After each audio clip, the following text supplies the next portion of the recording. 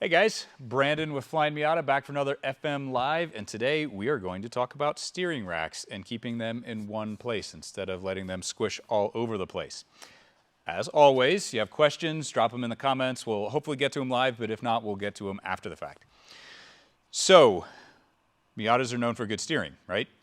You want the steering to be as good as possible, so what can we do to improve that steering? There are a number of things. There's chassis stiffening, there's control arm bushings, upgraded, stiffer ones, obviously. But one thing we can do is keep the steering rack in place better. So the stock steering rack is mounted with these pieces. There's two rubber bushings that go in those holes right there. And then this guy just goes around the end there.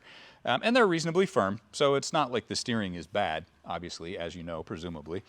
But they are squishy. So the more we can take that squish out of the equation, the better it is. So that's actually a thing that Mazda knows and has done on the ND. So the ND steering rack is solidly mounted to the subframe. There's no give, no rubber at all in that equation. So we're going to try to do the same thing. So we have this kit here. So this is the old stuff. This is the new stuff. So we have the pinion bushings. These guys are Delrin with a metal sleeve in there. One there, one here, and you can see that it's two halves and then the metal sleeve. So you press these guys in from either side and then you push the metal sleeve in there and your slop goes away. We also have a plastic piece to solidly mount this right here. So that clips over right there. This strap goes over it. There's zero give there. Honestly, this is really not carrying any load at all, but we're going to do a complete solution there. So one of the big questions is, what about NVH? Technically, there should be more NVH with this because it's effectively solidly mounted to the subframe. Realistically, I have not been able to notice any kind of change in the NVH whatsoever. Neither of any of the other guys here that have driven a couple cars that we've got with this setup. So it's just sharper steering. It's not a gigantic difference, but if you want every little bit you can get, this is an awesome and easy and inexpensive way to do it. And kind of like I mentioned earlier, this is a really nice complement to stiffening other things. You know, the biggest thing is the chassis. You want that to be basically solid. You don't want the chassis to flex at all. That's not plausible, but the less you can make it flex, the better. Butterfly brace, strong arms, roll bar, shock tower brace, all that stuff kind of makes that setup more solid. Ditto with the control arm bushings, that makes it so the wheels will wobble around a little less independently of the chassis, if you will. And then, again, this setup is a nice kind of addition on top of that. Installation is pretty easy. You can do it in the car. You do need to kind of remove, you need to somewhat separate the rack from the car. So obviously you have to unbolt it where it's bolted into the subframe. You do have to separate the U-joint here, or the spline collar for the U-joint, and pull it down a little bit. And then you've got enough access to get all this done. A couple of sockets and a C-clamp will get this out. Maybe that same setup to get these in, maybe just a mallet. The inside diameter here is just as cast, so it varies a tiny bit. These will work, but they are varying degrees of tight. Like I could push that one in by hand, but I can also push that one in by hand. But anyway, so sometimes you have to press them in a little bit tighter. Sometimes it varies. So easier to get it in than to get the rubber parts out. And this piece, I mean, it's split on the bottom. Piece of cake. So super simple install. Once you've got them in there, put it back in place, run the bolts in. Read the instructions because there are some details in there, but generally speaking, pretty straightforward. Much as this product is, it's a pretty straightforward product. I can come up with other things, but why waste your time? It sharpens up the steering, it's inexpensive, it's an easy install. You should buy one if you have a 99 to 05 Miata. So with that, again, you have questions, drop them in. I've got a handful here, so if you come up with any more, we'll go through that.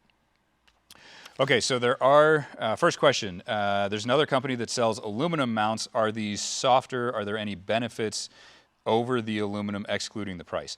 So this setup does include the other side, which admittedly is not a huge thing from a performance standpoint, but it is beneficial. And it's about half the price of the aluminum setup. I would also, so one of the nice things, since this inside diameter can vary a little bit, because why would Mazda try to hold it to a really tight tolerance when they've got the give in the rubber here? We have kind of give in the Delrin where it'll trim, it'll basically self-clearance a little bit. So if it's a little bit tight, it'll just trim off a tiny amount of material as it presses in, no big deal.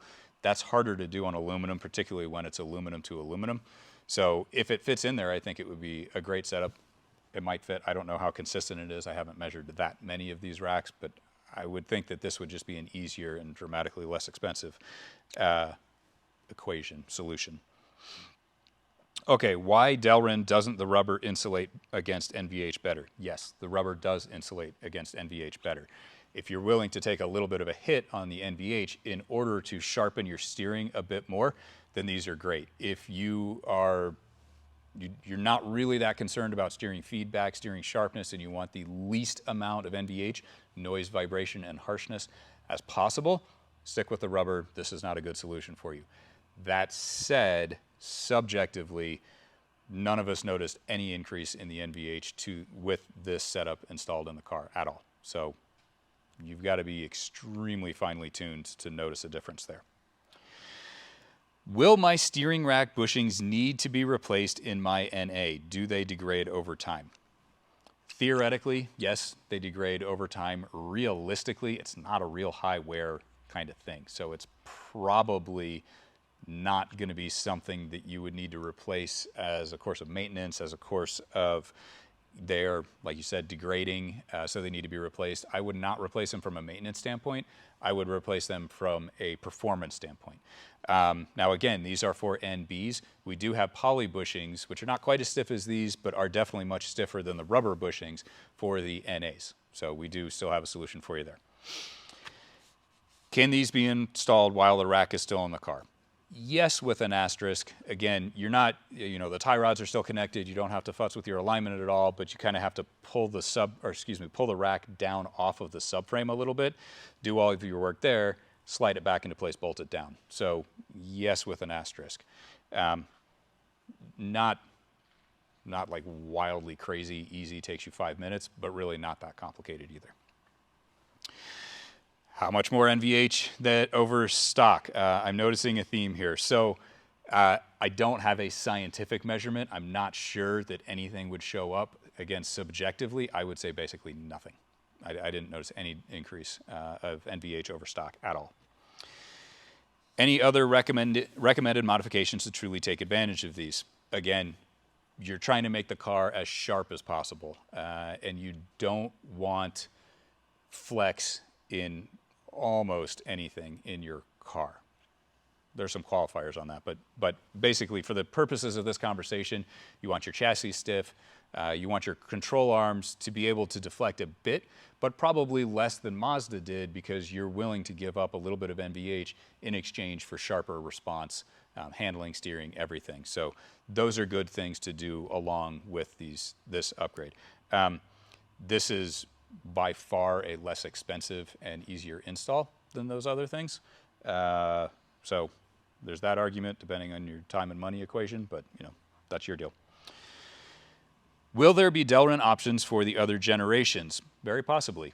Not the ND, because that would be dumb, because it is already solidly mounted to the subframe. But for the NA and the NC, very possibly. We'll look into it and see what is possible there.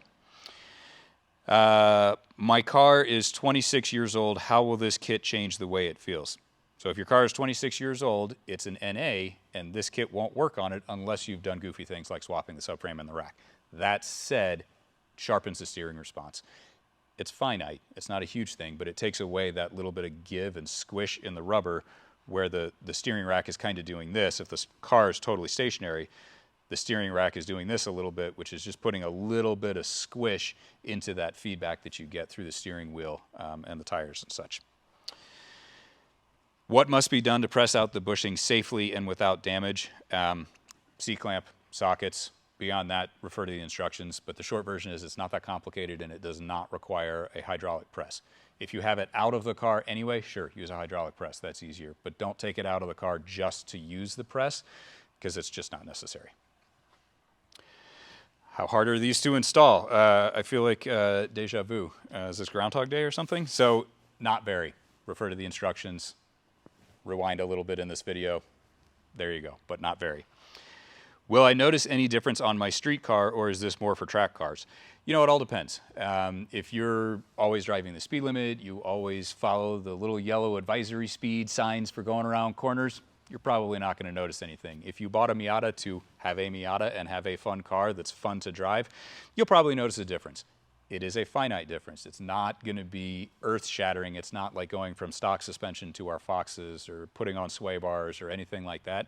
But it is just going to sharpen it up that little bit. So, and pretty cheap. So it's a nice upgrade from that standpoint. And that is all of the questions that I have ahead of time. We have no questions. It's a pretty straightforward product. Can't say I find that surprising or that I'm disappointed in you guys. So. Okay, so there you go. Easy peasy.